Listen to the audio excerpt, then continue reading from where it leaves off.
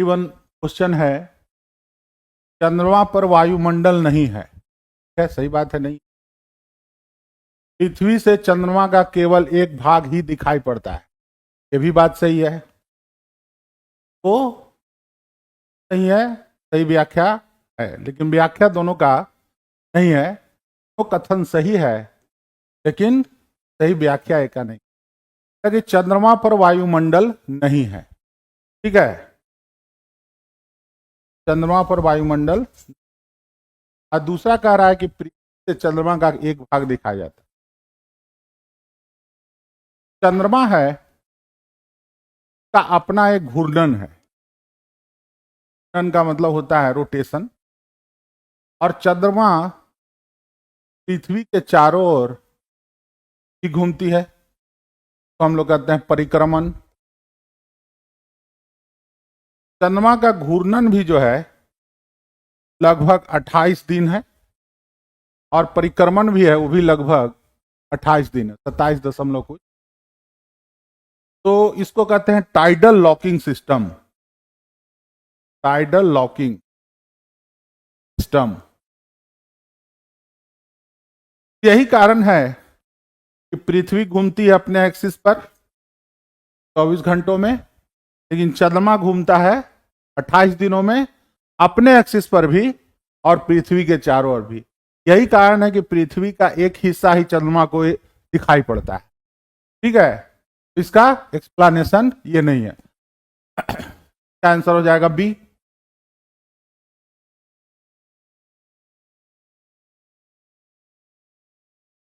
दूसरा क्वेश्चन है, सुनामी एक प्रकार की या का गहरे पानी की लहर है, पिछले पानी की लहर है, परिक्रामी चक्रवात है। चक्रवात तो नहीं है ये। सुनामी का जो उत्पत्ति है वो होता है समुद्र में उत्पन्न हुए कंप के कारण लहरें उठती हैं।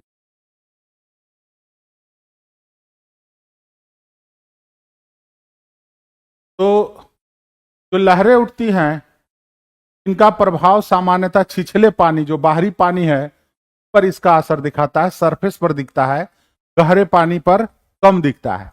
इसीलिए इसको कह सकते हैं कि एक छिछले पानी की लहर है। जो भी सुनामी का लहर होता है, भूकंप का उद्गम जहां से होता है, वहां से सरफेस पर तेजी से लहरें उठती हैं, तो दिखाई पड़ती हैं ये छिछले पानी की नहर है। क्या है? आंसर हो जाएगा। यूलर का ज्यामितीय प्रमेय क्या है? यूलर कौन थे? गणितज्ञ थे। का मानना था, इनका क्या है कि ध्रुव के घूर्णन के साथ साधारण घूर्णन के रूप में प्लेटों की हलचल, दो प्लेटों का रूपांतरण, दो प्लेटों का टकराव। तो ये दोनों तो नहीं होगा। उनका जो प्रमेय था में उन्होंने ये बात बताने की कोशिश की, जो ध्रुव होता है, नॉर्थ ध्रुव और साउथ ध्रुव के घूर्णन से प्लेटों में हलचल होती है। इसका आंसर हो जाएगा ए। क्या है सर का? ए।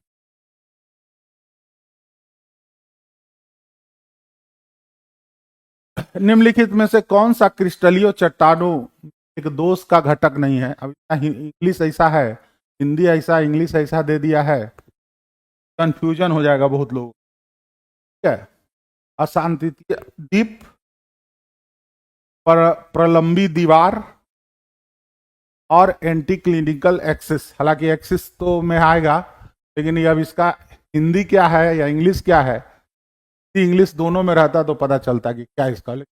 एक्सिस के रूप में क्रिस्टल चट्टानों का एक घटक ये नहीं है एंटी क्लिनिकल एक्सिस। का आंसर हो जाएगा सी। अब ये इसका प्रलंबी दीवार जो है, इसका क्या होता है हिंदी, अगर ये रहता तो और क्लियर। खैर, क्या टेक्निक। हिंद निम्नलिखित महासागरों में से सबसे बड़ी संख्या में खाइयां हैं। बहुत बढ़िया क्वेश्चन, बहुत अच्छा क्वेश्चन। देखिए, हम जानते हैं कि प्रशांत महासागर जो है, प्रशांत महासागर अपने आप में एक प्लेट है, अपने आप में प्लेट है। ठीक है। और प्लेटों के किनारों पर, किनारे होते हैं वहां खाइयों की संख्या, खास करके समुद्री प्लेट, अगर कोई प्लेट समुद्री हो और टकरा रही हो किससे, महाद्वीपीय प्लेट से समुद्री और महाद्वीपीय प्लेट टकराते हैं, तब बनता है खाई या ट्रेंच। ट्रेंच सर्वाधिक, यही कारण है सर्वाधिक जो आपको ट्रेंच या खाइयां मिलेंगी वो प्रशांत महासागर के इर्द गिर्द मिलती हैं। जैसे आपको सबसे मेरियाना, मिंडानाओ, फिलीपींस। तो मेरियाना जो ट्रेंच है ये संसार का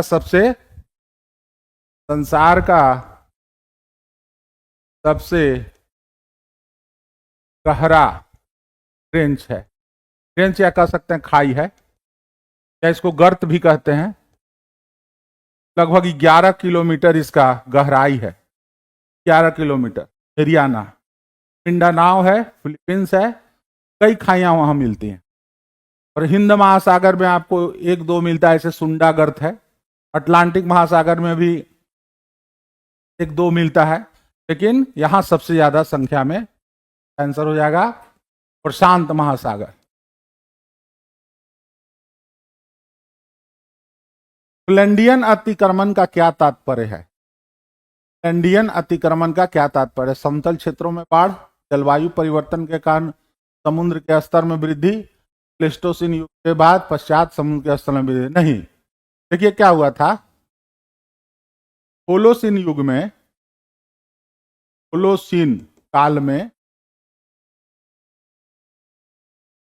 समुद्र के स्तर में, जल स्तर में वृद्धि हुई थी, जिससे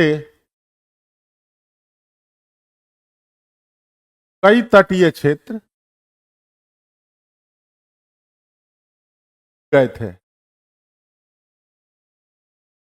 तो कहा जाता है फ्लैंडियन अतिक्रमण। ये हो जाएगा जलवायु परिवर्तन का समुद्र के स्तर में वृद्धि। ठीक है, 76 का बी।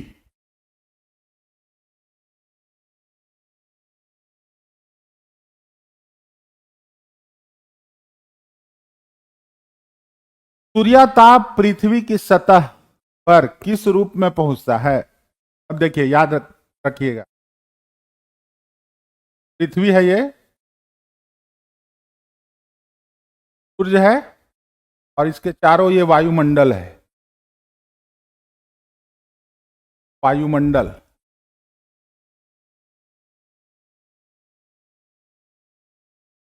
वायुमंडल में हम लोग जानते हैं कई गैसें हैं, नाइट्रोजन है, ऑक्सीजन है, कार्बन डाइऑक्साइड है, ऑर्गन है, कई गैसें हैं। अब ये जो सूरज की किरणें हैं जब पृथ्वी पर आती हैं, ये किरणें दीर्घ तरंगों के रूप में आती हैं, नहीं, लघु तरंगों के रूप में आती हैं। लघु तरंगों के में आती है, के रूप। लेकिन जब पृथ्वी से वही जब छोड़ी जाती है तो दीर्घ तरंगों के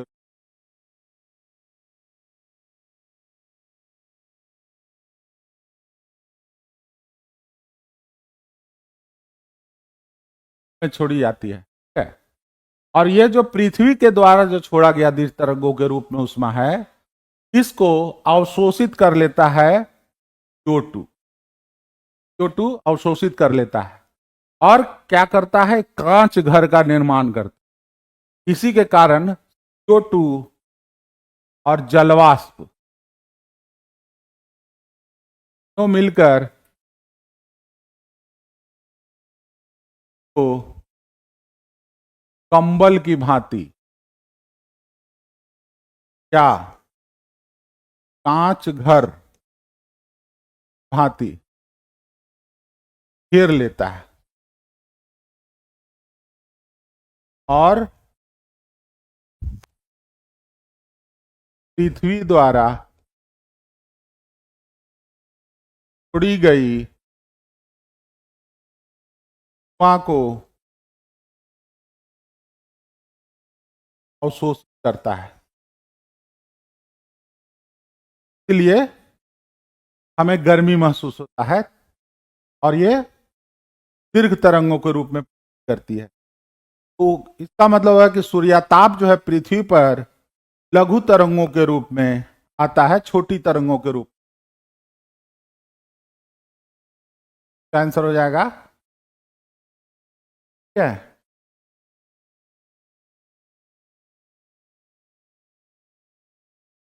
चंद्रमा पृथ्वी से अधिक चमकदार दिखाई पड़ता है। अब देखिए इसमें अपसोर, उपसोर और उपभू, अब इसका हिंदी और अंग्रेजी दोनों जो है देना चाहिए था, लेकिन देखिए एक होता है पेरीहिलियन, एपीहिलियन, हिलियन और एपीहिलियन, सौर और अपसोर। तो अधिक चमकदार कब दिखाई पड़ेगा? जब पृथ्वी से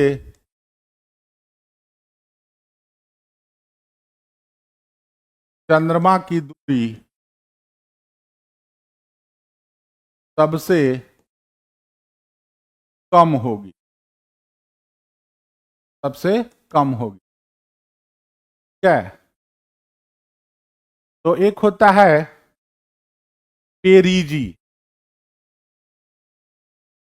और एक होता है पोजी।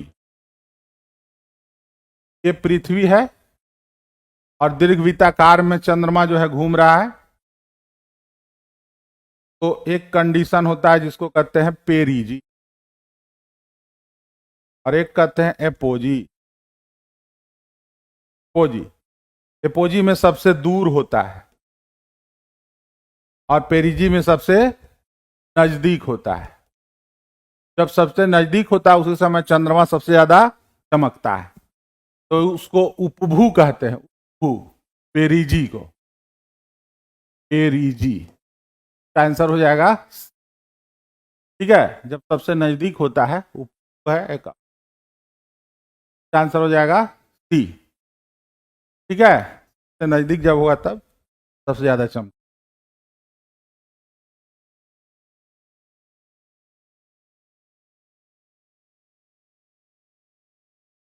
नेक्स्ट क्वेश्चन है, रामसार कन्वेंशन नामक एक अंतर सरकारी संधि पर आधारित है।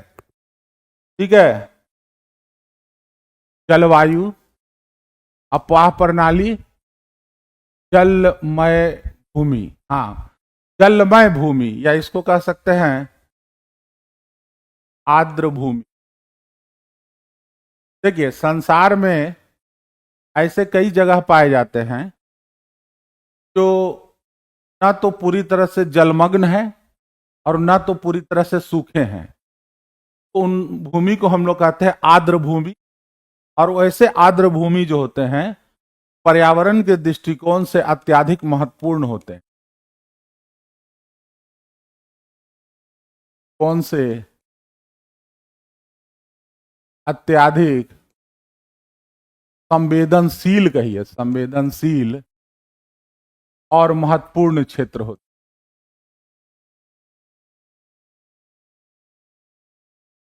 महत्वपूर्ण क्षेत्र होते हैं। अब ये जो आर्द्र भूमि है या आर्द्र क्षेत्र है, इनका संरक्षण भी किया जाना आवश्यक है। तो इनके संरक्षण के लिए 2 फरवरी 1971 को 1971 को ईरान के एक शहर है रामसार, रामसार नामक स्थान पर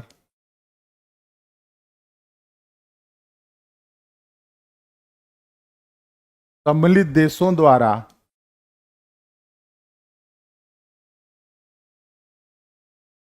संधि की गई।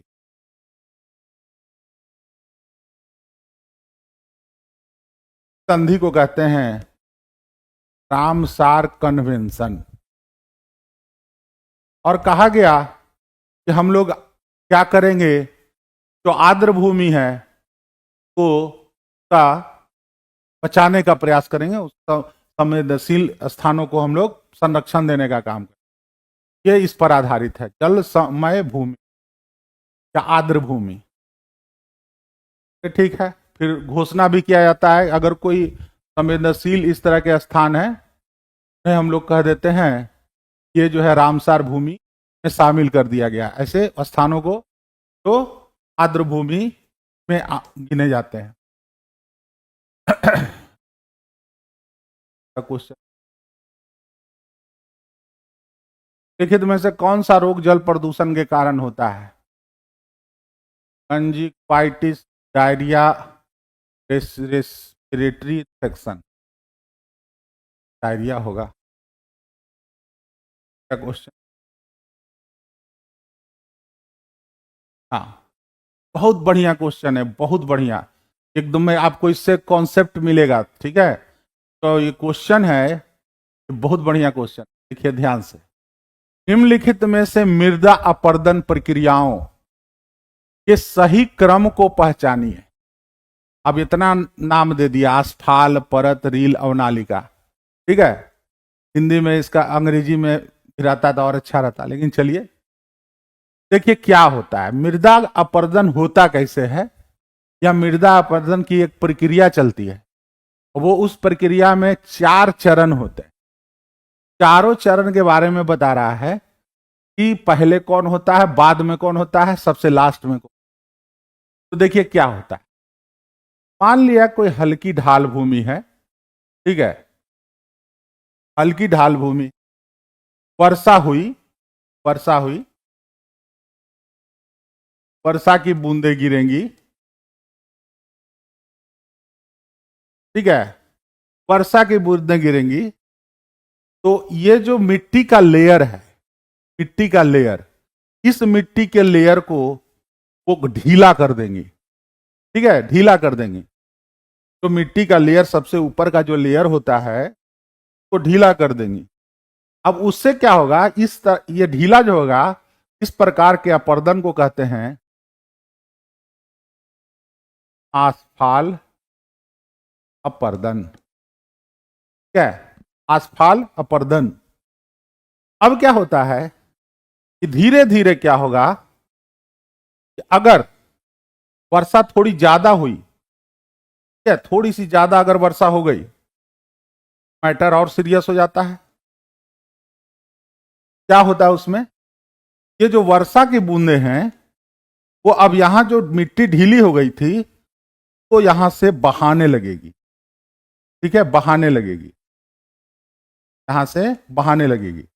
जब बहाने लगेगी और परत जो है, मिट्टी का परत, वो उसका क्षरण होने लगेगा, कहते हैं परत अपरदन। परत अपरदन। ठीक है, अब देखिए क्या है, जब परत अपरदन हो जाएगा, अब क्या होगा, तो नदी चल रही है, जो नदी क्या बह रही है, वो नदी यहां पर अपने तल का अपरदन कर, नदी इसको कहिए या प्रवाह या सरिताएं या जो कहिए, जो भी ढाल के अनुरूप बह रही हैं, वो क्या करेगा, अपने इर्द गिर्द अगल बगल का क्षरण करेगा। क्षरण करेगा तो भूमि कुछ इस तरह से दिखाई देने लगे, तरह से दिखाई देने लगे।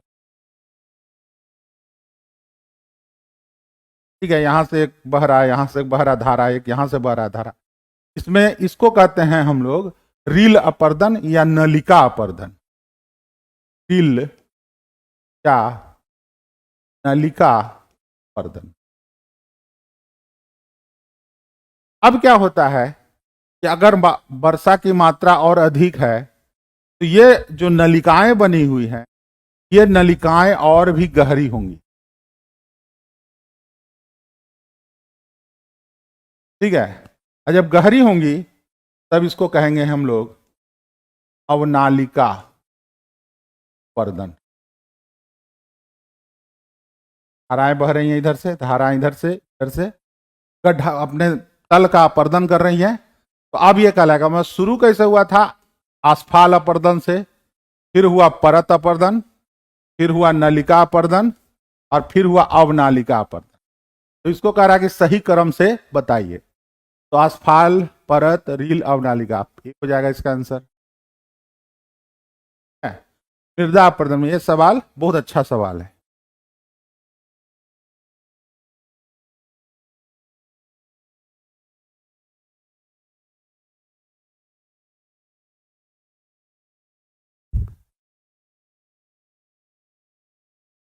अब कूट मिलाने का क्वेश्चन है। तो इसमें माउंट रेनियर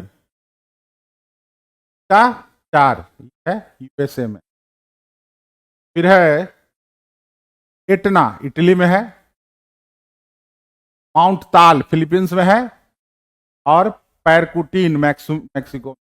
इसमें दो बहुत फेमस है, एक तो एटना और माउंट ताल। ताल है ये, ताल, माउंट ताल। एटना और ताल फेमस है। क्या होगा? ए का 4 का क्या इसका आंसर? बी। भी सक्रिय है, ये भी सक्रिय है, सक्रिय।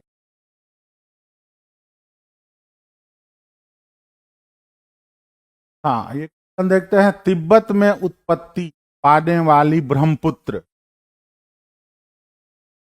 इरावदी, इरावदी मेकोंग।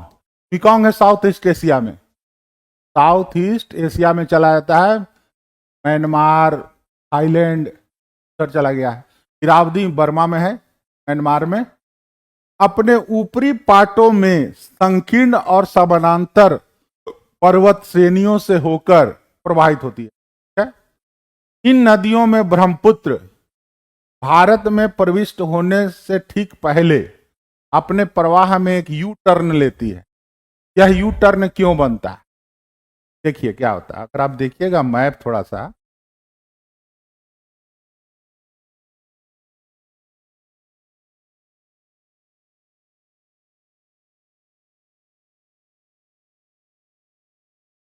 तो पाइएगा जो ब्रह्मपुत्र है मानसरोवर से निकलती है और ऐसे घूमते घूमते आती है, और यहां से यू टर्न लेते हुए तब ये आके गंगा से मिलके। तो कह रहा है कि यू टर्न क्यों बन रहा है, ये ऐसे यू टर्न क्यों ले रहा है, जा रही है, जा रही है, ऐसे जा रही है, अचानक यू टर्न क्यों ले रहा है? तो पहला कारण दिया है वलित हिमालय श्रेणियों के उत्थान के कारण। दूसरा है भूवैज्ञानिकीय तरुण हिमालय के हिंदी अक्ष संघीय नमन के कारण। तीसरा है टर्सियरी माने तृतीय कल्प के बलित पर्वतमालाओं के भूविवर्तनिक विक्षोभ के कारण। ठीक है? और फिर कह रहा है उपयुक्त। तो यहां का इसका कारण जो होता है, हिमालय जो है, जब धक्का लगा दोनों प्लेट का धक्का लगा, का जो एंगल जो है हिमालय का इस प्रकार था, ऐसे ऐसे था। 3 धक्का लगा। क्रिटेशियस में तो पहले ओलिगोसीन, मायोसीन और प्लायोसीन, और 3 हिमालय बने, महान हिमालय, फिर मध्य हिमालय और शिवालिक। समय इसमें इतना मुड़ाव हो गया, इन मुड़ाव के कारण जो नदी आ रही थी, नदी ने भी यू टर्न ले लिया। इसका कारण हो जाएगा, उत्तर हो जाएगा बी। ठीक है? अक्ष संघीय नमन के कारण। तो राशि का बी।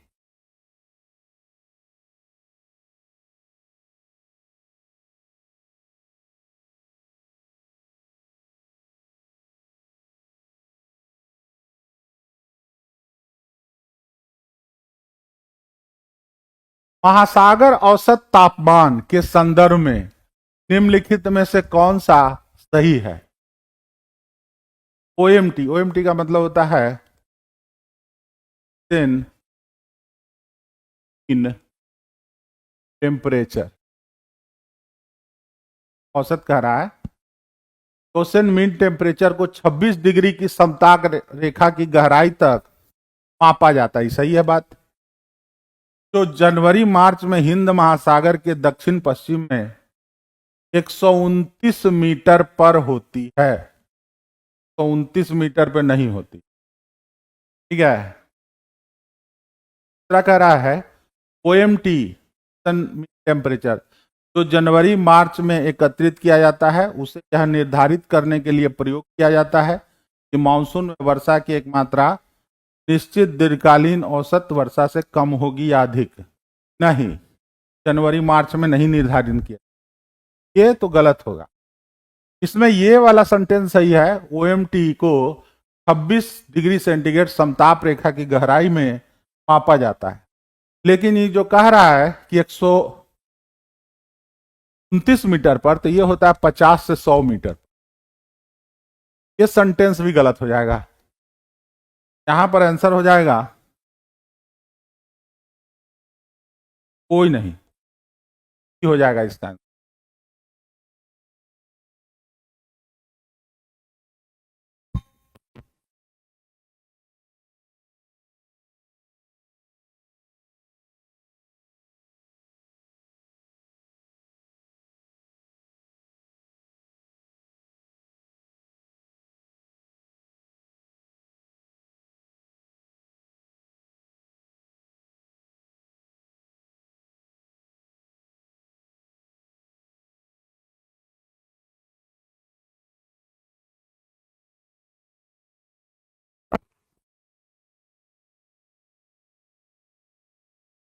ये होता है 50 से 100 मीटर पे। ये भी गलत हो जाएगा, इसका आंसर हो जाएगा ई। देखते हैं हम लोग, निम्नलिखित में से किस महाद्वीप का सबसे पहले औद्योगिकरण हुआ? ये तो सब लोग को पता है, औद्योगिकरण की शुरुआत हुई है यूरोप में। आंसर यूरोप होगा। मालदीव निम्नलिखित में से किस महासागर में स्थित है?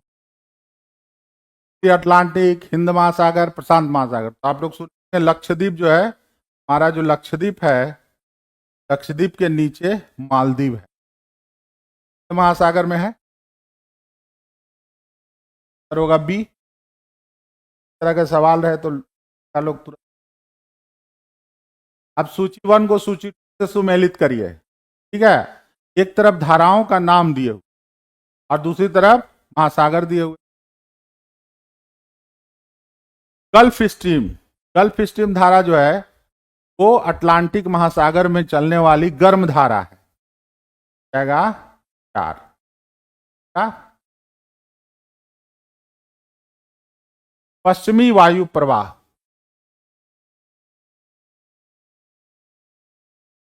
पश्चिमी वायु के क्षेत्र से ऊपर पूर्व की ओर चलने वाली धीमी धारा का हो जाएगा 2। क्या ये ऐसे चलता है? यहां गल्फ स्ट्रीम है और यही गल्फ स्ट्रीम आगे जाके बन जाता है पश्चिमी वायु प्रवाह अटलांटिक महासागर में, पश्चिमी वायु प्रवाह। और यही जाकर नार्वे उर्वे गर्म करता है। जो है उत्तरी यूरोप जो है गर्म चुकी है, गर्म धारा यह भी है। और गल्फ स्ट्रीम यहां पर है, गल्फ स्ट्रीम अटलांटिक महासागर में, और यही गल्फ स्ट्रीम आगे जाके पश्चिमी, तो ये दोनों हो जाएगा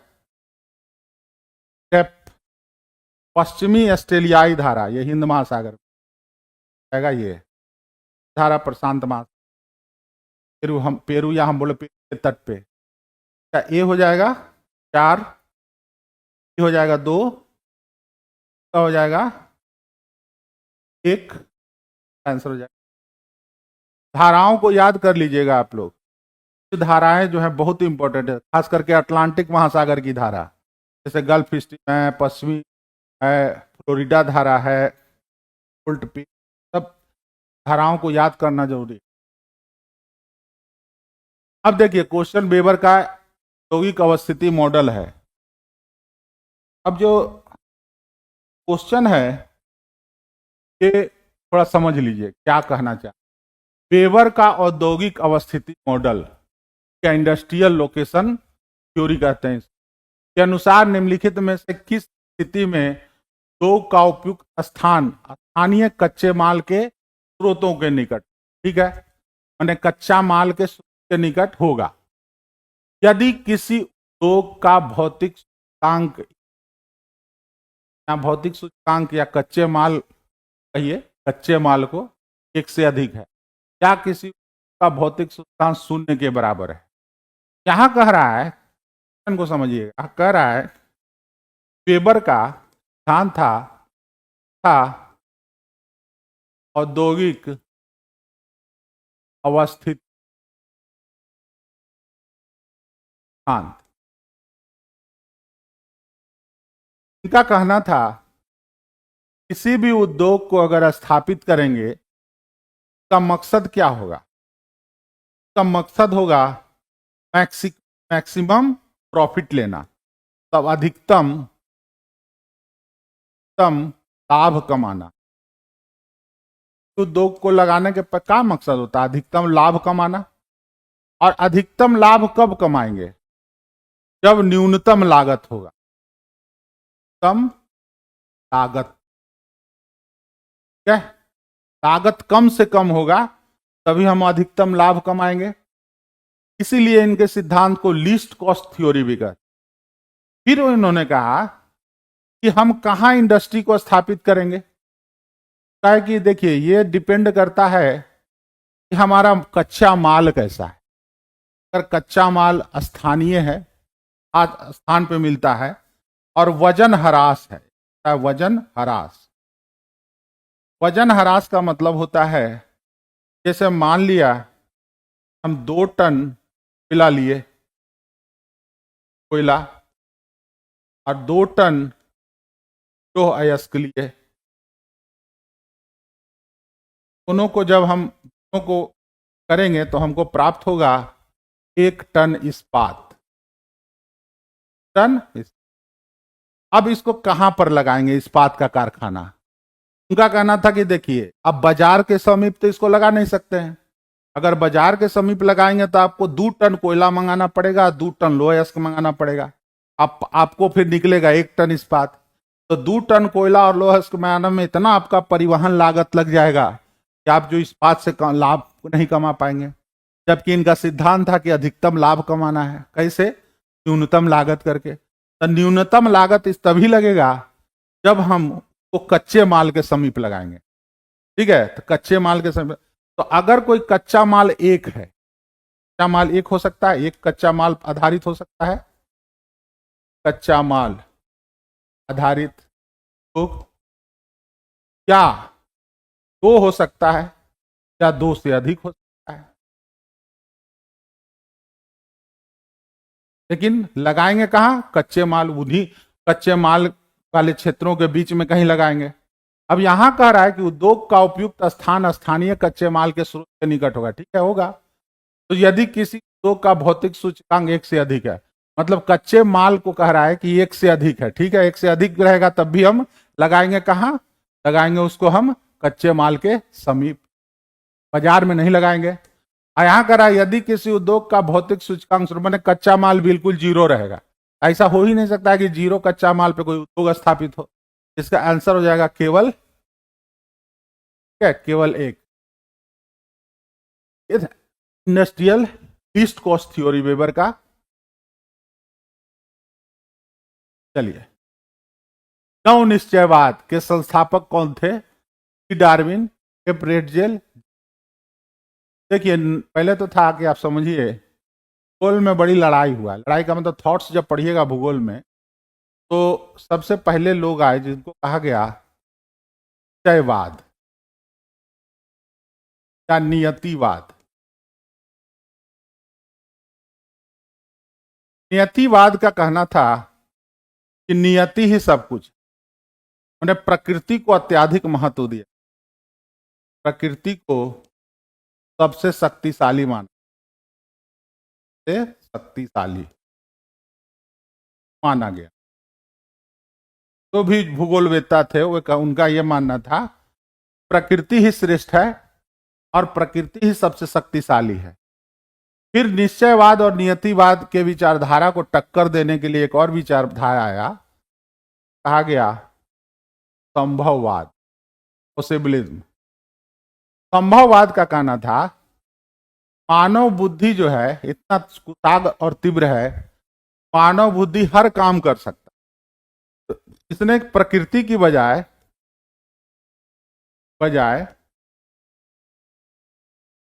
मानव बुद्धि को श्रेष्ठ माना। क्या कहना था?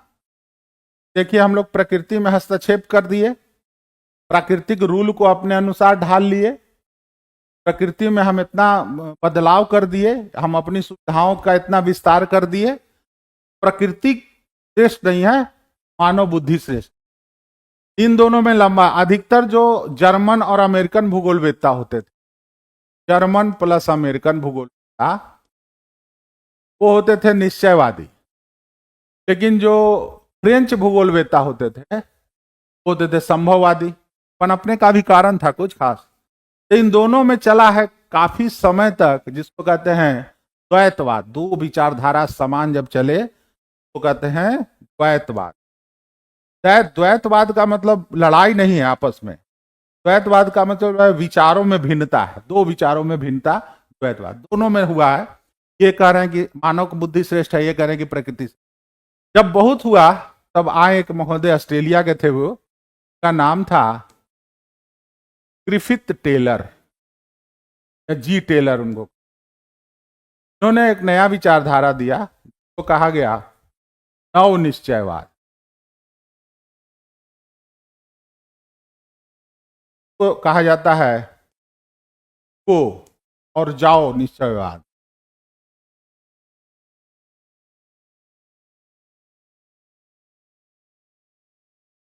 इनका कहना था कि प्रकृति, न तो प्रकृति श्रेष्ठ है पूरी तरह से और न ही मानव श्रेष्ठ है पूरी तरह। इनका कहना था कि मानव चूंकि प्रकृति के अंदर है, तो मानव को चाहिए वह कोई भी काम करे तो पहले थोड़ी देर रुके और प्रकृति को समझे और तब आगे बढ़े।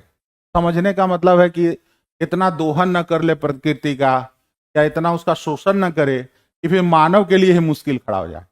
तो ये जो विचारधारित थे नव निश्चयवाद के देने वाले थे, ग्रिफिथ टेलर थे। ठीक है, तो नव निश्चयवाद के संस्थापक ग्रिफिथ टेलर।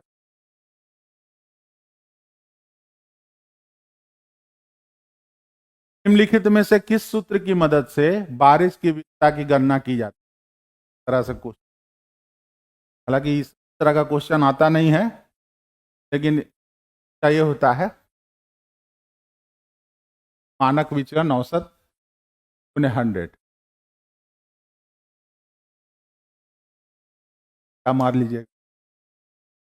अंडमान निकोबार द्वीप समूह अलग किए गए हैं। देखिए, उत्तर में है अंडमान, अंडमान द्वीप समूह, उत्तरी अंडमान, मध्य अंडमान, दक्षिण अंडमान, नील अंडमान। उसके बाद निकोबार, कार निकोबार, ग्रेट निकोबार।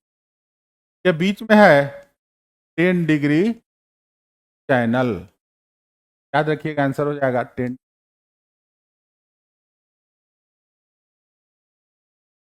वेम्बनाड झील भारत के किस राज्य में स्थित है? बहुत फेमस झील है, केरल में स्थित है। केरल में वेम्बनाड झील। समुद्र का पानी जब निम्न जाता है, तरह के भूमि यहाँ केरल में वेम्बनाड पाई जाती है। केरल में एक जिला है जिसको कहते हैं अलपुजा।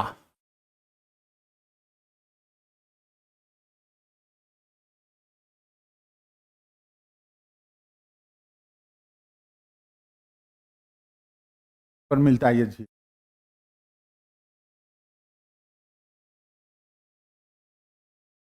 निम्नलिखित में से कौन सा दर्रा हिमाचल प्रदेश में? सिहांग दर्रा है आपको हिमाचल प्रदेश में, ओमडीला दर्रा भी अरुणाचल प्रदेश में, और नीला है उत्तराखंड में। क्या उपयुक्त है?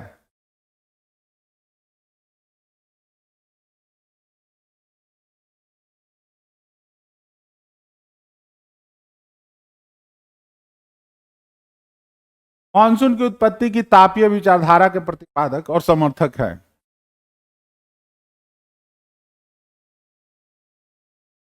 बाबा है।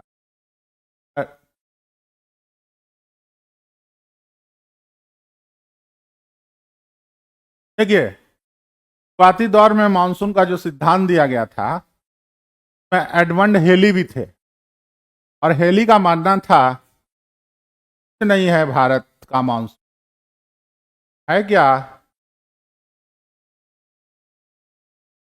वास्तव में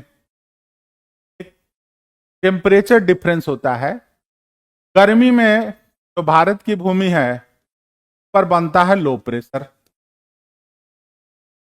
और इसकी तुलना में समुद्र में बनता है हाई प्रेशर।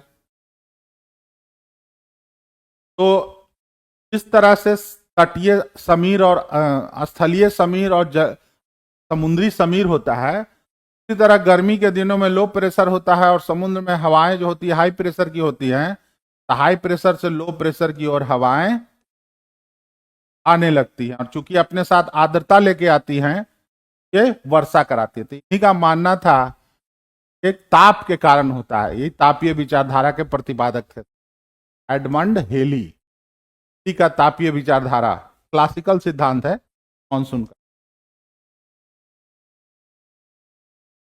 तो तटीय समीर और स्थलीय समीर और समुद्री समीर होता है। इस तरह गर्मी के दिनों में लो प्रेशर होता है और समुद्र में हवाएं तो हाई प्रेशर से लो प्रेशर की ओर हवाएं आने लगती हैं और चूंकि अपने साथ आर्द्रता लेके आती हैं, ये वर्षा कराती थी। इन्हीं का मानना था एक ताप के कारण होता है। यही तापीय विचारधारा के प्रतिपादक थे एडमंड हेली। इसी का तापीय विचारधारा क्लासिकल सिद्धांत है मानसून का। तो तटीय समीर और स्थलीय समीर और समुद्री समीर होता है।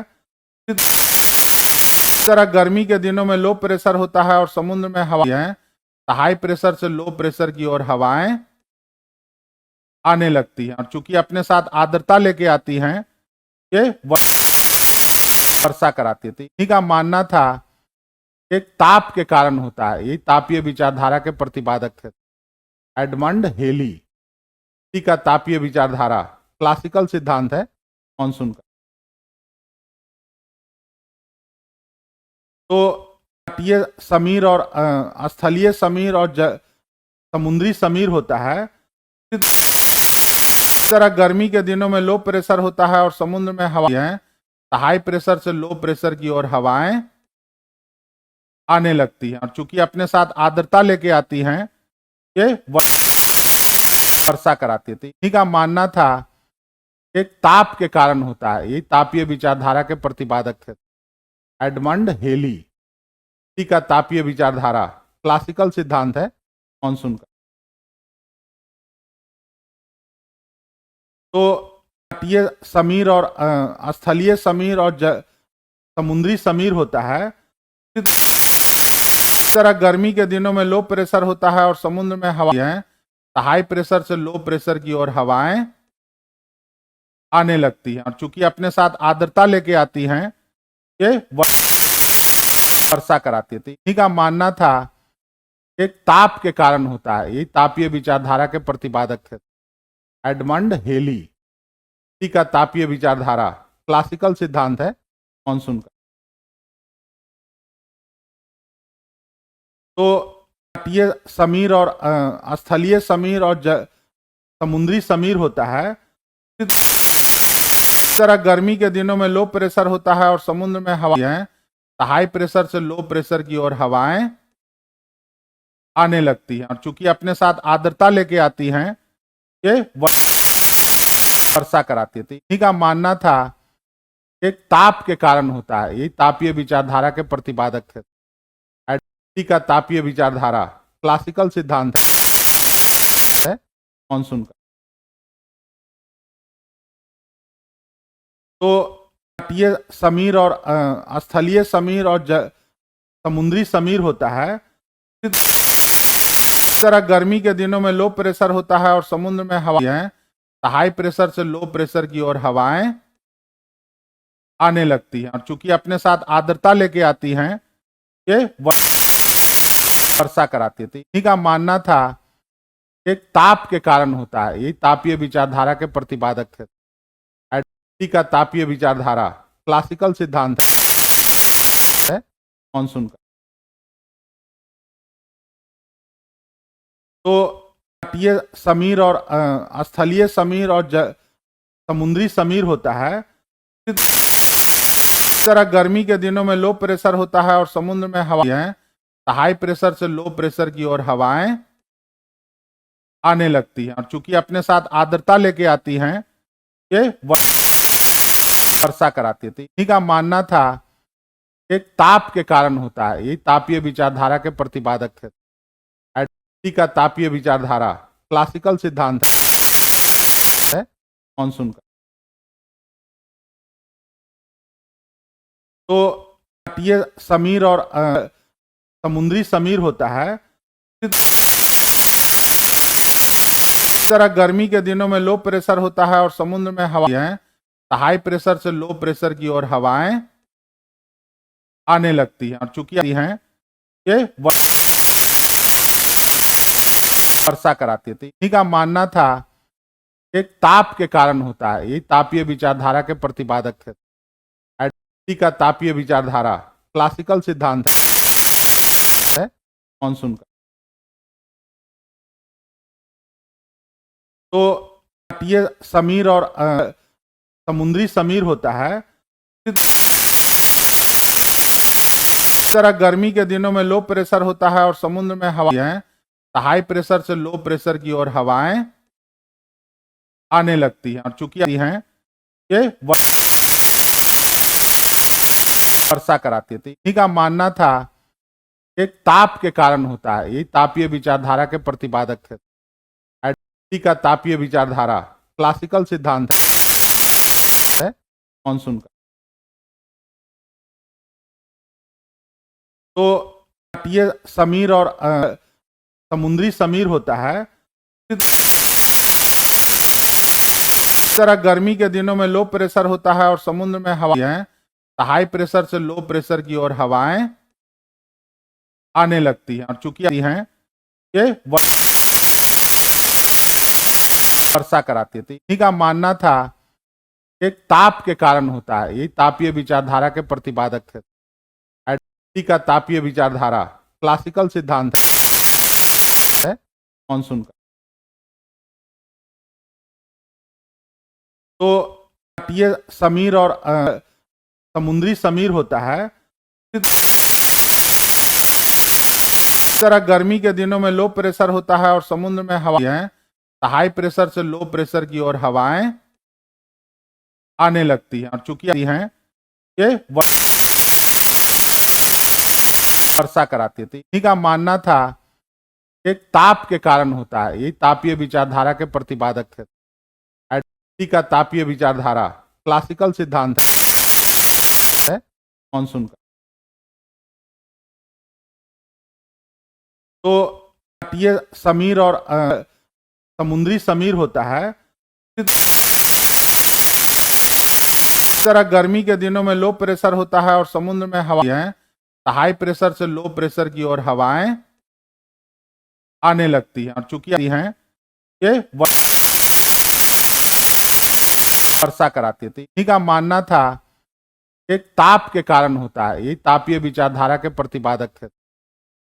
का तापीय विचारधारा क्लासिकल सिद्धांत है मानसून का। तो तटीय समीर और समुद्री समीर होता है। इस तरह गर्मी के दिनों में लो प्रेशर होता है और समुद्र में हवा है, हाई प्रेशर से लो प्रेशर की ओर हवाएं आने लगती हैं और चूंकि हैं ये वर्षा कराती थी। इन्हीं का मानना था एक ताप के कारण होता है। यही तापीय विचारधारा के प्रतिपादक थे। का तापीय विचारधारा क्लासिकल सिद्धांत है मानसून का।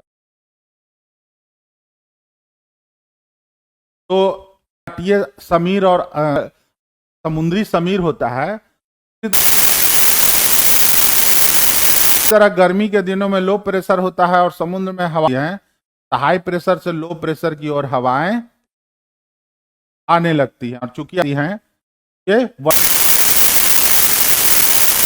वर्षा कराती है। तो इन्हीं का मानना था एक ताप के कारण होता है, यही तापीय विचारधारा के प्रतिपादक थे। इसी का तापीय विचारधारा क्लासिकल सिद्धांत है मानसून का। तो तटीय समीर और समुद्री समीर होता है। इस तरह गर्मी के दिनों में लो प्रेशर होता है और समुद्र में हवा है, तो हाई प्रेशर से लो प्रेशर की ओर हवाएं आने लगती हैं, और चूंकि हैं ये वर्षा कराती थी। इन्हीं का मानना था एक ताप के कारण होता है, यही तापीय विचारधारा के प्रतिपादक थे। इसी का तापीय विचारधारा क्लासिकल सिद्धांत है मानसून का। तो तटीय समीर और समुद्री समीर होता है। इस तरह गर्मी के दिनों में लो प्रेशर होता है और समुद्र में हवा है, तो हाई प्रेशर से लो प्रेशर की ओर हवाएं आने लगती हैं, और चूंकि हैं ये वर्षा कराती थी। इन्हीं का मानना था एक ताप के कारण होता है, यही तापीय विचारधारा के प्रतिपादक थे। इसी का तापीय विचारधारा क्लासिकल सिद्धांत है मानसून का। तो तटीय समीर और समुद्री समीर होता है। इस तरह गर्मी के दिनों में लो प्रेशर होता है और समुद्र में हवा है, तो हाई प्रेशर से लो प्रेशर की ओर हवाएं आने लगती हैं, और चूंकि हैं ये वर्षा कराती थी। इन्हीं का मानना था एक ताप के कारण होता है, यही तापीय विचारधारा के प्रतिपादक थे। इसी का तापीय विचारधारा क्लासिकल सिद्धांत है मानसून का। तो तटीय समीर और समुद्री समीर होता है। इस तरह गर्मी के दिनों में लो प्रेशर होता है और समुद्र में हवा है, तो हाई प्रेशर से लो प्रेशर की ओर हवाएं आने लगती हैं, और चूंकि हैं ये वर्षा कराती थी। इन्हीं का मानना था एक ताप के कारण होता है, यही तापीय विचारधारा के प्रतिपादक थे। इसी का तापीय विचारधारा क्लासिकल सिद्धांत है मानसून का। तो तटीय समीर और समुद्री समीर होता है। इस तरह गर्मी के दिनों में लो प्रेशर होता है और समुद्र में हवा है, तो हाई प्रेशर से लो प्रेशर की ओर हवाएं आने लगती हैं, और चूंकि हैं ये वर्षा कराती थी। इन्हीं का मानना था एक ताप के कारण होता है, यही तापीय विचारधारा के प्रतिपादक थे। इसी का तापीय विचारधारा क्लासिकल सिद्धांत है मानसून का। तो तटीय समीर और समुद्री समीर होता है। इस तरह गर्मी के दिनों में लो प्रेशर होता है और समुद्र में हवा है, तो हाई प्रेशर से लो प्रेशर की ओर हवाएं आने लगती हैं, और चूंकि हैं ये वर्षा कराती थी। इन्हीं का मानना था एक ताप के कारण होता है, यही तापीय विचारधारा के प्रतिपादक थे। इसी का तापीय विचारधारा क्लासिकल सिद्धांत है मानसून का। तो तटीय समीर और समुद्री समीर होता है। प्रेशर होता है और समुद्र में हवा है, तो हाई प्रेशर से लो प्रेशर की ओर हवाएं आने लगती हैं, और चूंकि हैं ये वर्षा कराती थी। इन्हीं का मानना था एक ताप के कारण होता है, यही तापीय विचारधारा के प्रतिपादक थे। इसी का तापीय विचारधारा क्लासिकल सिद्धांत है मानसून का। तो तटीय समीर और समुद्री समीर होता है। प्रेशर होता है और समुद्र में हवा है, हाई प्रेशर से लो प्रेशर की ओर हवाएं आने लगती हैं और चूंकि हैं ये वर्षा कराती है। तो इन्हीं का मानना था एक ताप के कारण होता है, यही तापीय विचारधारा के प्रतिपादक थे। एडिलेडी का तापीय विचारधारा क्लासिकल सिद्धांत है मानसून का। तो तटीय समीर और समुद्री समीर होता है, प्रेशर होता है और समुद्र में हवाएं हाई प्रेशर से लो प्रेशर की ओर हवाएं आने लगती हैं और चूंकि हैं ये वर्षा कराती है। तो इन्हीं का मानना था एक ताप के कारण होता है, यही तापीय विचारधारा के प्रतिपादक थे। एडिलेडी का तापीय विचारधारा क्लासिकल सिद्धांत है मानसून का। तो तटीय समीर और समुद्री समीर होता है, प्रेशर होता है और समुद्र में हवाएं हाई प्रेशर से लो प्रेशर की ओर हवाएं आने लगती हैं और चूंकि वर्षा कराती है। तो इन्हीं का मानना था एक ताप के कारण होता है, यही तापीय विचारधारा के प्रतिपादक थे। क्लासिकल सिद्धांत है मानसून का।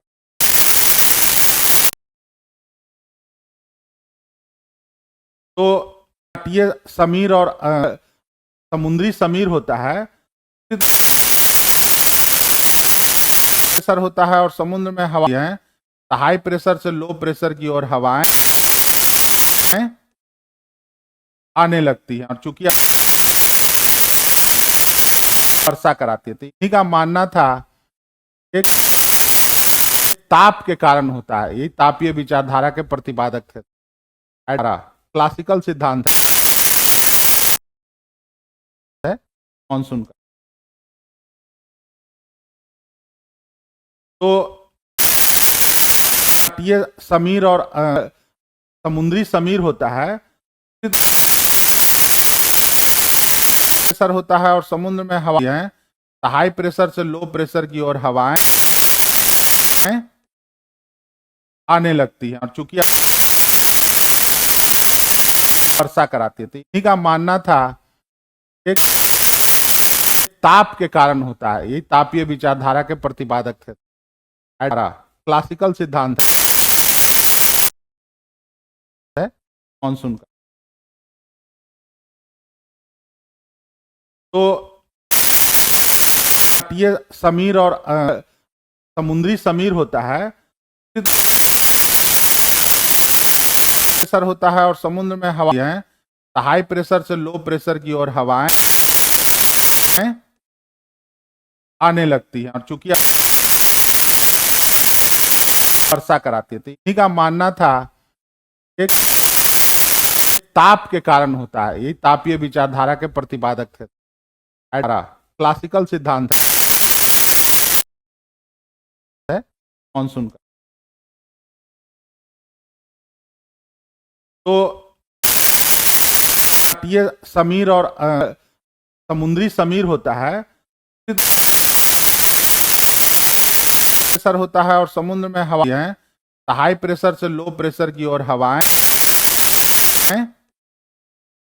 आने लगती हैं और चूंकि वर्षा कराती है। तो इन्हीं का मानना था एक ताप के कारण होता है, यही तापीय विचारधारा के प्रतिपादक थे। क्लासिकल सिद्धांत है मानसून का।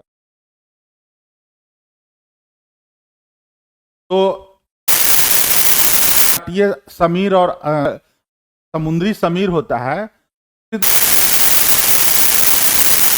प्रेशर होता है और समुद्र में हवाएं हाई प्रेशर से लो प्रेशर की ओर हवाएं आने लगती हैं और चूंकि वर्षा कराती है। तो इन्हीं का मानना था एक ताप के कारण होता है, यही तापीय विचारधारा के प्रतिपादक थे। क्लासिकल सिद्धांत है मानसून का। तो ये समीर और समुद्री समीर होता है, प्रेशर होता है और समुद्र में हवा है, हाई प्रेशर से लो प्रेशर की ओर हवाएं आने लगती है और चूंकि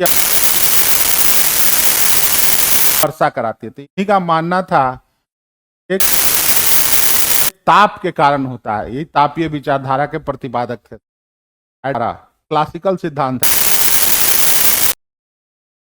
है मानसून का। तो ये समीर और समीर होता है, प्रेशर होता है और समुद्र में हवा है, हाई प्रेशर से लो प्रेशर की ओर हवाएं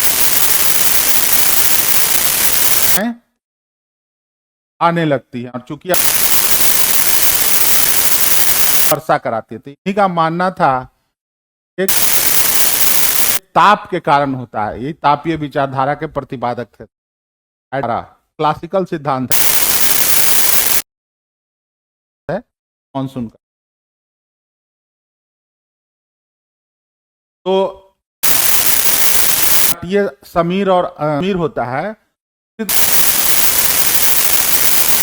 प्रेशर होता है और समुद्र में हवा है, हाई प्रेशर से लो प्रेशर की ओर हवाएं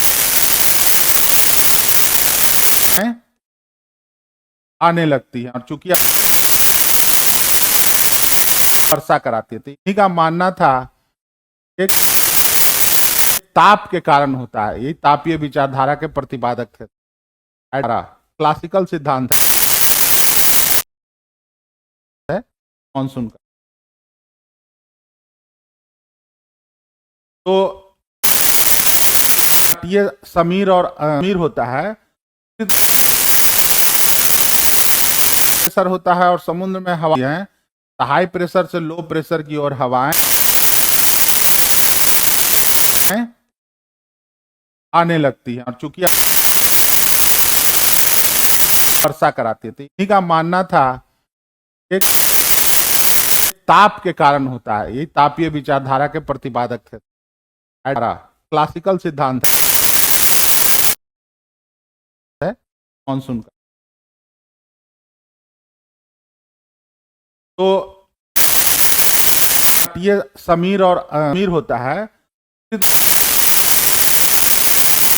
प्रेशर होता है और समुद्र में हवा है, हाई प्रेशर से लो प्रेशर की ओर हवाएं आने लगती है और चूंकि वर्षा कराती थी। इन्हीं का मानना था एक ताप के कारण होता है, यही तापीय विचारधारा के प्रतिपादक थे। क्लासिकल सिद्धांत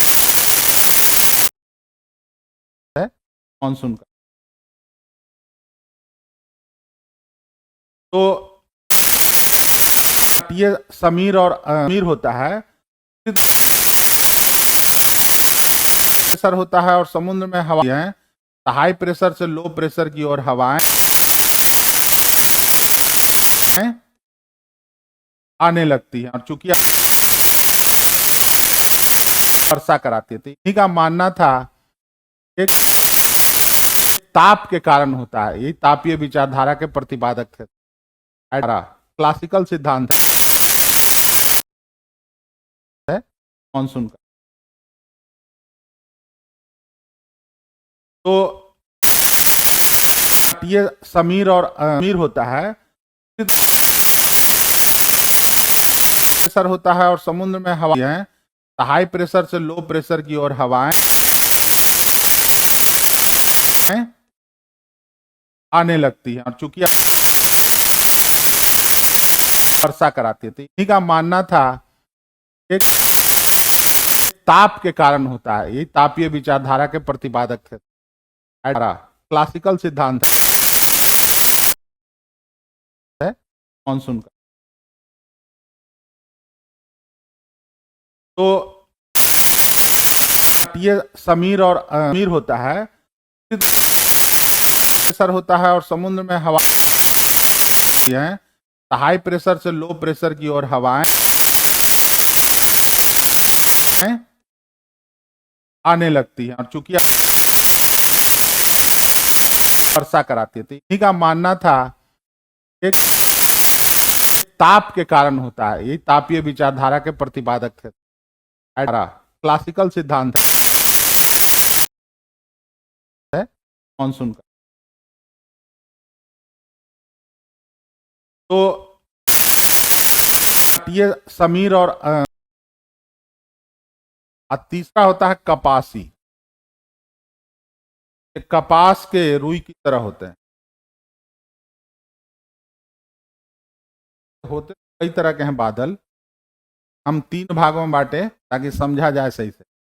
अब अस्तरी कपासी भी हो सकता है, पछाब अस्तरी भी हो सकता है, कपासी पछाबी कपास भी हो सकता है। कई तरह के बादल बन सकते हैं एक दो के मिल के। लेकिन ये जो कपासी जो होता है वर्षा, कपासी जो बादल होते हैं, ये निम्न ऊंचाई पे होते पाए जाते हैं, ऊंचाई पर, और ये सबसे ज्यादा वर्षा कराते हैं, ज्यादा वर्षा कराते हैं। क्योंकि ये कपासी का ही एक प्रकार होता है जिसको कहते हैं कपासी वर्षी, तो निम्बस क्लाउड। और ये तो एकदम काले घने बादल होते हैं, काले घने बादल आधार वर्षा कराते हैं। केवल सही है, बाकी सब गलत है।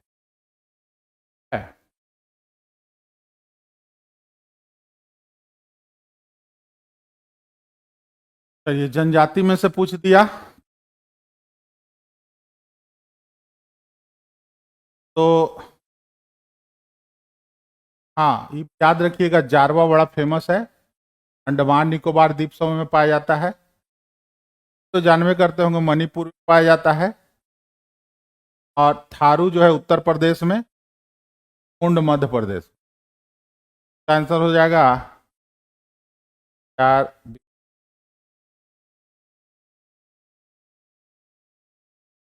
जारवा याद रखिएगा, जारवा अंडमान निकोबार समूह की एक जाति है। सेंटेनीज भी एक जाति है। जोरवे, हालांकि इसका कई जगह जोरवे लिखेगा, जोरवे के नाम से भी। थारू है, थोड़ा सा भारत में भी, बिहार में भी मिलता है थारू। कुंड मुक्ता मध्य प्रदेश में। मिट्टी में खारापन और क्षारीयता की समस्या का समाधान है। बहुत बढ़िया क्वेश्चन है, कई बार पूछ चुका है। खेतों में जिप्सम डालेंगे तो खारापन है, जिप्सम डालने से खारापन दूर हो। जहां जहां मिट्टी लवणता पाई जाती है वहां जिप्सम डाला जाता है। दिए गए चित्र में से 1 2 4, यहाँ पर ये जो नदी है कहलाएगा कोस या गोम या घाघरा, गंडक है, वो है गोमती, है घाघरा, है गंडक।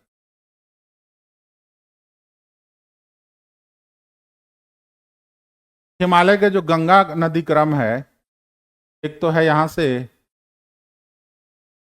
का गंगोत्री, और यहाँ जमुना जमुनोत्री प्रयागराज के पास मिला, आगे बढ़ा, आगे जाके गोमती नदी है, घाघरा, गंडक, कोसी, महानंदा, और फिर यहाँ 2 भाग में बट गई, कहते हैं है चली गई बांग्लादेश में गंगा, तो ब्रह्मपुत्र आके मिलती, यहाँ के बाद है सब,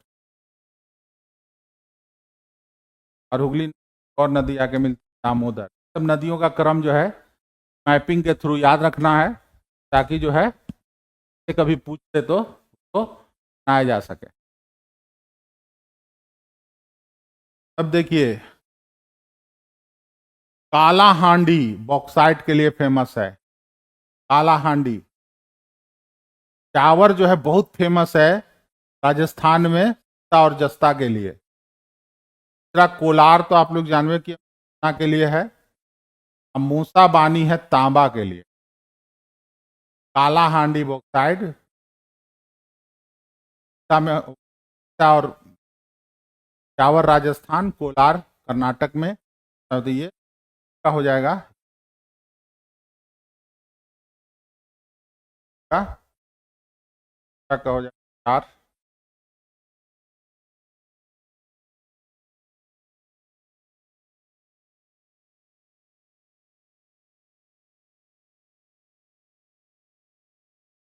पृथ्वी की कुल भूमि क्षेत्र की अपनी प्रतिशतता के सही अनुक्रम कौन कौन सा है? सबसे बड़ा महादेश क्या है एशिया का? इसमें नहीं है। अफ्रीका है। अफ्रीका लगभग प्रतिशत है। अफ्रीका के बाद उत्तरी अमेरिका है 16%। 12% लगभग 6.5%। ये सबसे बड़ा जो है महादेश है एशिया की भूमि का प्रतिशत। अफ्रीका 20%, उत्तर अमेरिका 16%, का 12%, यूरोप जो है 6.5%।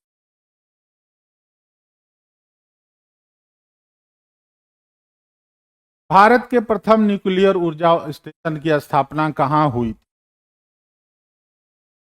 पर आया है तारापुर। 100% सौर ऊर्जा पे चलने वाला भारत का पहला केंद्र शासित प्रदेश है दीव। 100% सौर ऊर्जा पे चलने वाला पहला केंद्र।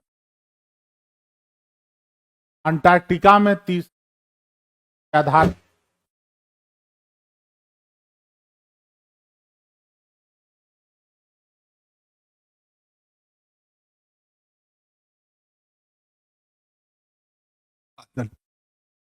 हेलो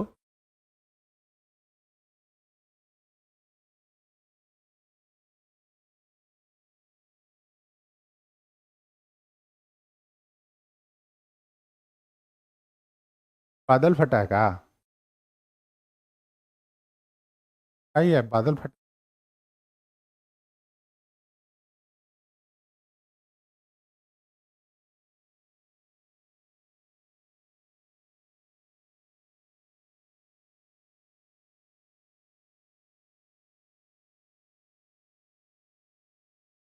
हेलो चलिए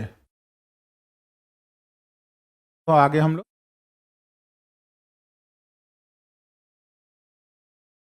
हाँ, अंटार्कटिका में तीसरे भारतीय शोध केंद्र की आधारशिला जिस नाम से रखी गई है, भारती के नाम से रखी गई है, याद रखिए।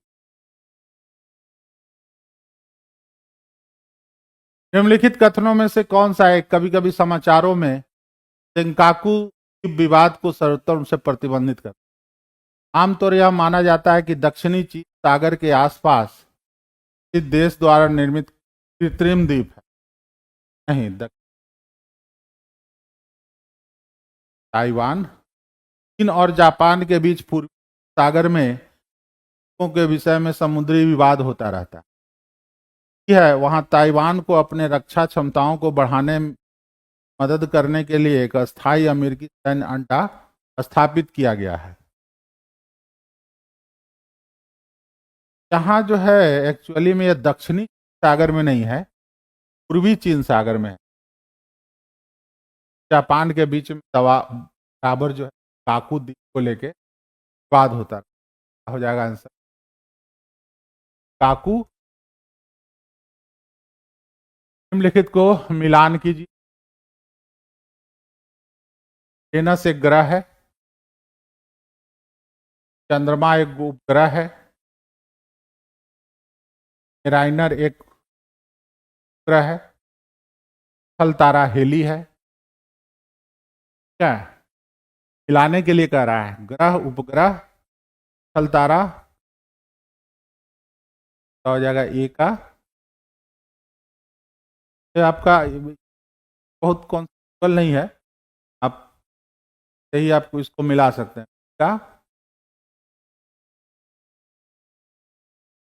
का 4।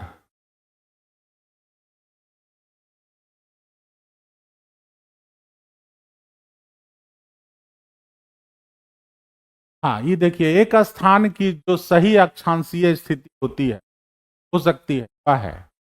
अब मान लें कि हमको किसी अक्षांश दिखाना है, हम उसको कहेंगे कि 91 डिग्री, पता नहीं चलेगा क्या 91 डिग्री क्या। फिर कहेंगे 45 डिग्री पूर्व, तब वो पता नहीं चलेगा, क्योंकि अक्षांश हमको देखना है, देशांतर थोड़े देखना है। कहेगा 45 डिग्री दक्षिण,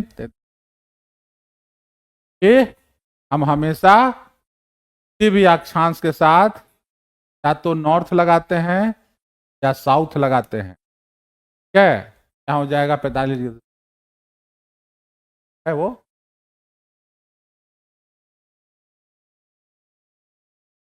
पेरू की राजधानी है लीमा। है कहाँ पेरू की राजधानी? राजधानी अब सबका रट लेवल करिएगा। राजधानी है बाकू। बाकू बहुत फेमस तेल तेल शोधन कारखाना है ये बाकू, तेल शोधन कारखाना, बहुत बड़ा कारखाना है तेल शोधन है बाकू, अजरबैजान का। फेमस है आजकल।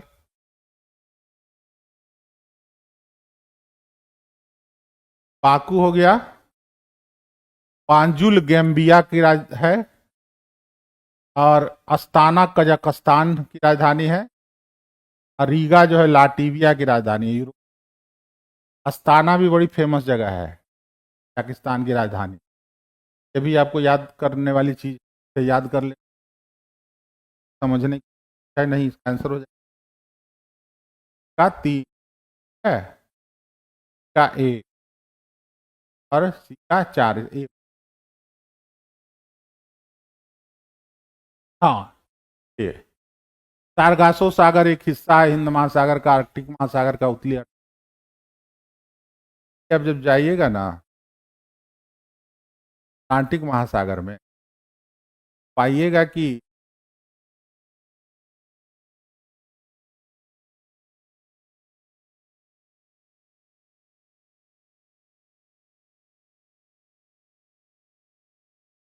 अटलांटिक महासागर है। यहाँ से ट्विटर कर देते हैं नॉर्थ अटलांटिक। नॉर्थ अटलांटिक के किनारे किनारे तो चल रहा है धाराएं, समुद्री धाराएं चल रही हैं, धाराएं। अभी बीच वाला जो भाग है ना, बीच वाला भाग, यहाँ पर कोई धारा नहीं चलती है, दिल भाग में यहाँ पर कोई धारा नहीं चलती है, एकदम शांत है ये। और यहाँ पर एक घास उगा हुआ है, समुद्री घास इसको, और इसी को कहते हैं हम लोग सारगैसो सागर। समुद्री घास उगा हुआ है बड़ा बड़ा, एकदम शांत जगह है, यहाँ धाराएं नहीं चलती, मिडिल साइज है वो। तो कहेंगे सारगोस सागर एक हिस्सा है कि अटलांटिक महासागर का। घास को हम लोग कहते हैं सारगैसो सागर। हाँ, कोकोस प्लेट इनके मध्य पाई जाती है। आगे ये क्वेश्चन कई बार आता है।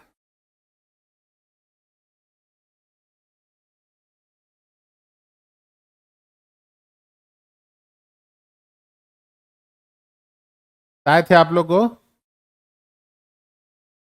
यहां पर है जुआन डी फुका प्लेट, और यहां पर है कोकोस प्लेट, और यह नीचे है नाजका प्लेट।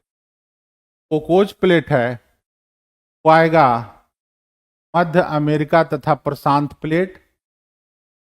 अमेरिका प्लेट तो है, नाम से कुछ है नहीं, 28 का। ताकि मध्य अमेरिकी प्लेट का नाम नहीं लिया है, मध्य अमेरिका कह रहा है।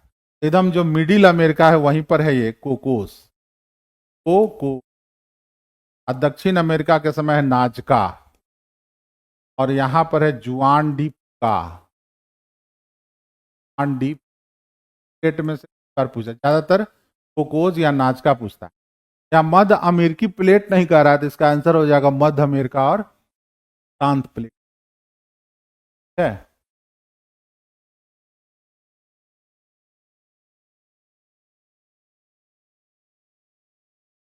किस कटिबंध क्षेत्र में विश्व की सर्वाधिक आबादी का निवास?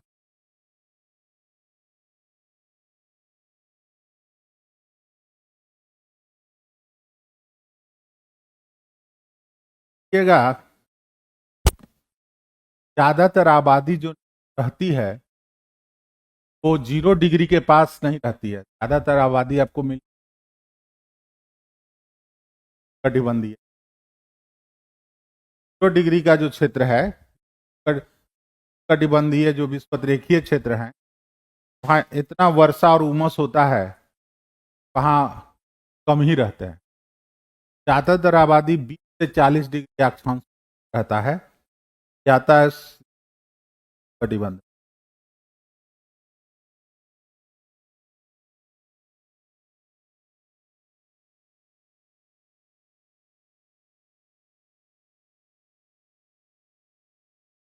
टर्की का कौन सा नगर पश्चिम का द्वार कहलाता है? फेमस जो नगर है वो इस्तांबुल, तो पश्चिम का द्वार कहता है। इस्तांबुल ऐतिहासिक नगर रहा है, और पहले आने जाने का जो रास्ता था यूरोप से लेकर एशिया के बीच में, इस्तांबुल होके ही आता था लोग, तो कहते हैं पश्चिम का द्वार। इधर से जाता भी था तो उसी होके जाता था। इस्तांबुल बड़ा महत्वपूर्ण, ये कहते थे पश्चिम का द्वार। भारत में कोयला खनन की प्रमुख घटनाओं पर विचार कीजिए तथा इसे सही काल में।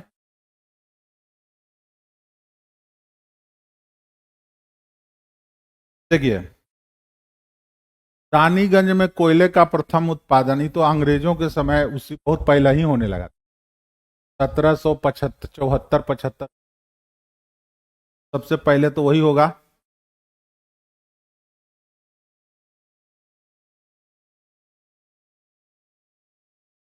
राष्ट्रीय कोयला विकास निगम के लगभग 56 में हुआ है।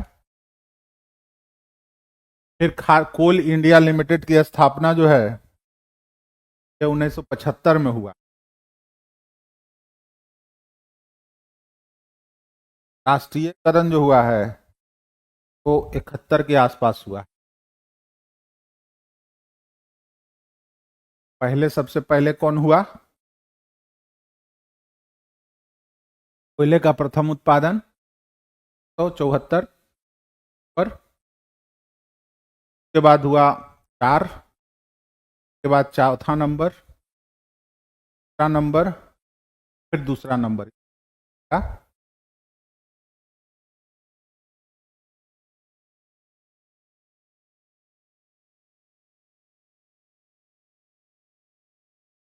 भूमंडलीय पर्यावरण सुविधा, देखिए हिंदी में याद करने से हो जाता है।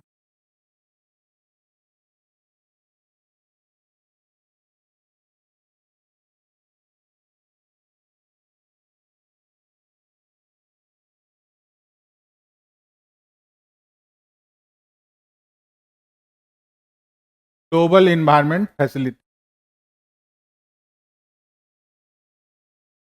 एफ तो कहते हैं। इस संदर्भ में लिखित में से कथन सही है? कह रहा है कि जैव विविधता पर अभी समय, जलवायु परिवर्तन पर संयुक्त राष्ट्र ढांचा अभी समय के लिए वित्तीय क्रियाविधि के रूप में काम करता है। सही बात है। ये भूमंडलीय स्तर पर पर्यावरण के मुद्दों पर वैज्ञानिक अनुसंधान करता है, नहीं नुकसान नहीं करता है, केवल वित्त देता है, वित्तीय क्रियाविधि के रूप में काम कर देने का प्रदान करता है। क्या ओसेट के अधीन एक अभिकरण है जो अल्प विकसित देशों को उनके पर्यावरण सुरक्षा के लिए नीतियों का अंतरण नहीं, ये किसी के अधीन नहीं है। आंसर हो जाएगा ये होगा, ठीक है। ये एक ओपन संस्थान है, क्या किसी के अधीन, ये किसी के अधीन नहीं है। इसका काम है कि एनवायरमेंट संबंधी स्तर पर हो रहे हैं काम, नहीं अपना वित्तीय सुविधा प्रदान करते। ग्लोबल इन्वायरमेंट फैसिलिटी है, ग्लोबल इन्वायरमेंट फैसिलिटी बना था कब? 1991 बना है जी, 19 बना था, याद रखिए। नगरीकरण और औद्योगिकरण हानिकारक है। संतुलित विकास के लिए, पर्यावरण और जैव विविधता के संरक्षण के लिए हानिकारक। ज्यादा नगरीकरण करेंगे, बहुत ज्यादा औद्योगिकरण करेंगे, विकास नहीं होगा, पर्यावरण का ह्रास होगा, जंतु रहते हैं उनका विविधता का हो जाएगा डी।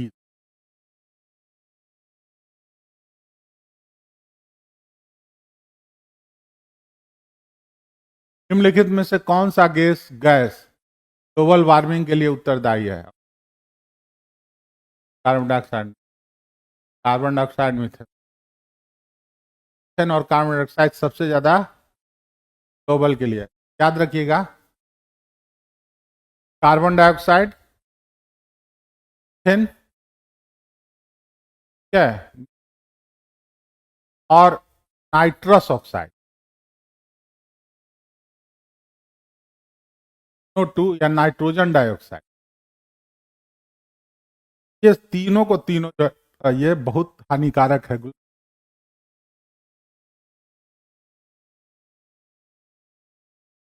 का क्वेश्चन आ गया, विश्व वन्य जीव दिवस कब मनाया जाता है? क्या हो जाएगा? मार्च को। पर्यावरण का संतुलन बनाए रखने के लिए वनांगत क्षेत्रफल कितना होना चाहिए? देखिए, अगर मैदानी भाग हैं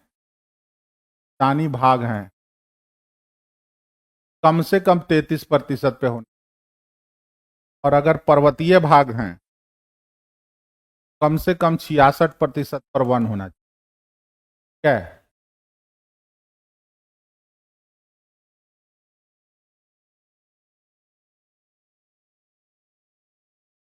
उत्तर से दक्षिण बिहार की लंबाई है, सब रट्टा मारने वाला चीज है, 145। पूरब से पश्चिम जाएगा तो 413, 483 है पूरब से पश्चिम, पूरब से पश्चिम 483।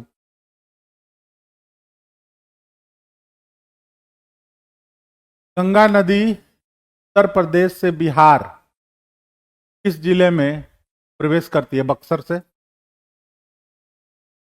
नदी का क्रम देखिएगा तो देखिएगा, बक्सर में मखदूम कुंड, नानक कुंड, गोमुख कुंड कहाँ स्थित है? राजगीर में जाइएगा तो आपको कई कुंड मिलेंगे, 7-8 कुंड, नानकुंड और गोमुख, राजगीर में। लिखित में से वनस्पति कांवर झील में पाई जाती है? फोटोमोगन या पेप्लोरल्स, सब पाया जाता है ऐसा।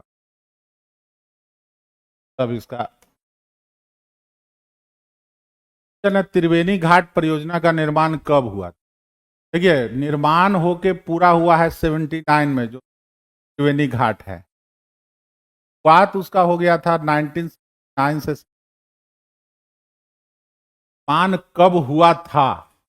अगर ये है तब तो 79 होगा, उसका ऑप्शन है। निर्माण कब होना शुरू हुआ था, तब इसका आंसर हो जाएगा 1997, क्या हो जाएगा? क्लियर है? यहाँ पे गंडक नदी पर यह बनाया गया है।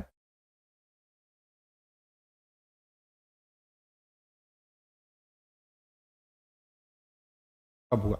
कब हुआ का मतलब के 10।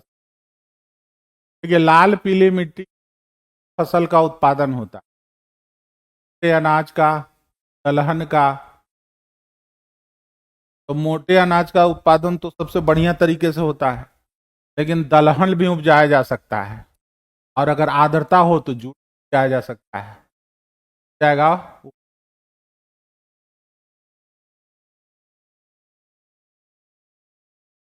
उष्ण एवं आर्द्र जलवायु की फसल है।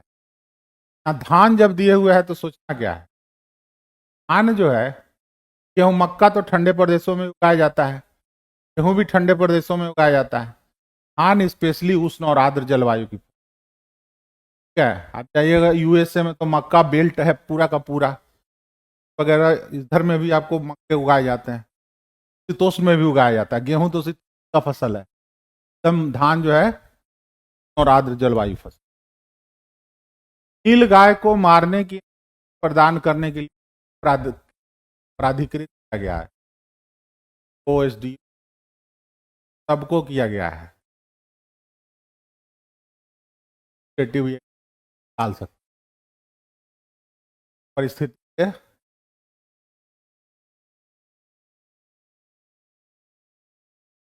लिखित युग्मों में से एक मिलित है, ताई, दानी, पांतु, ठीक है।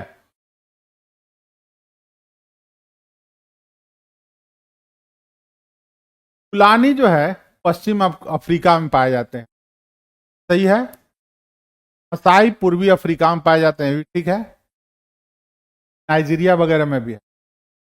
अब बांतु ये दक्षिणी अफ्रीका में पाए जाते हैं, सहारा लिखे हुए, ये सही सुमेल, ये दक्षिणी अफ्रीका के दक्षिणी भाग में पाए जाते हैं।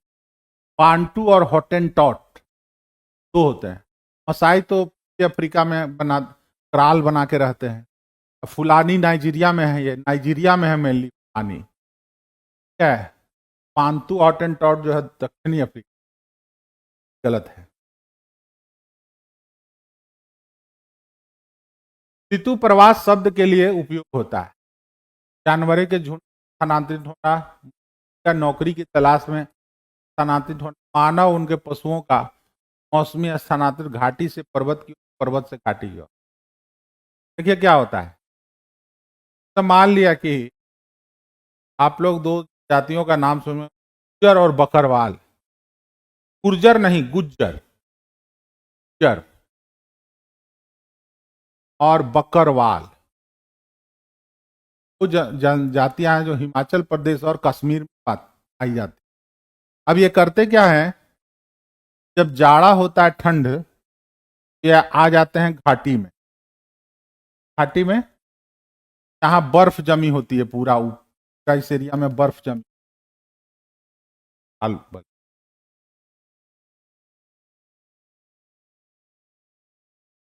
घाटी है। घाटी में जहां तक बर्फ जम गया, ये बर्फ जम एरिया में बर्फ जम, ये लोग क्या करते हैं, घाटी की तली में चले जाते हैं, यहां पर चले जाते हैं, खानाबदोश है तल पर, यहां रहने लगते हैं ठंड में। और जब गर्मी का अपने साथ भेड़ बकरियां भी रखते हैं, भेड़ बकरियां अपने साथ रखते हैं, मवेशी रखते हैं। और क्या होता है कि जब ये बर्फ पिघल जाता है, गर्मी के समय में जब ये बर्फ पिघल गया, जैसे ही ये बर्फ पिघलेगा, जैसे ही यहाँ पे उगाता है घास, पूरा यहाँ घास उगाएगा इस ढाल पे, घास। और ये जो घास उगाता है, तो क्या करते हैं, गर्मी में चले आते हैं, गर्मी में चोटी पर, क्या अब ये क्या होता है, ठंड में चले जाएंगे नीचे तल पर, और गर्मी में चले आएंगे यहाँ पर। खूब घास खाता है सब, ना जानवर है, तो इसको कहते हैं मौसमी, मानव और उनके पशुओं का मौसमी स्थानांतरण। का आंसर हो जाएगा ये, प्रवास कहा जाता है।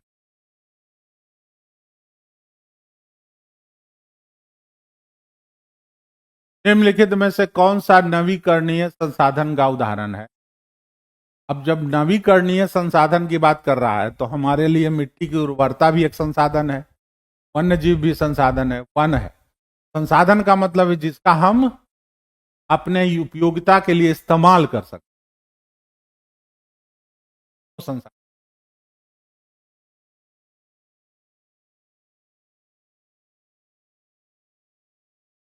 रॉयल बंगाल टाइगर भारत के किस क्षेत्र में पाए जाते हैं?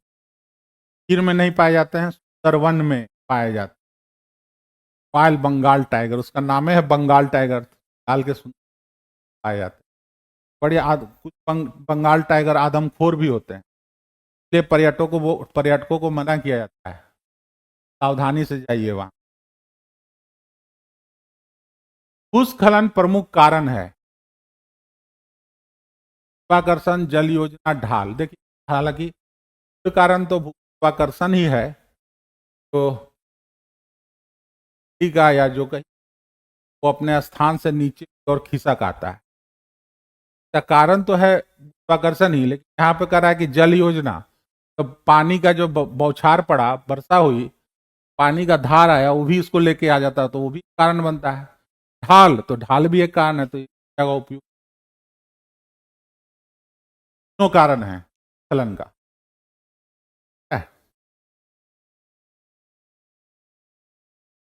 टर्की, क्या अब इसका नाम हो गया तुर्की, ये इसका नाम हो, इनके मध्य स्थित है। हाँ हाँ, इनके मध्य स्थित है। अगर मैप में देखिएगा तो पाइएगा कि काला सागर और भूमध्य सागर के बीच में आपको दिखेगा तुर्की। ठीक है, चलिए तो आज खत्म करते हैं।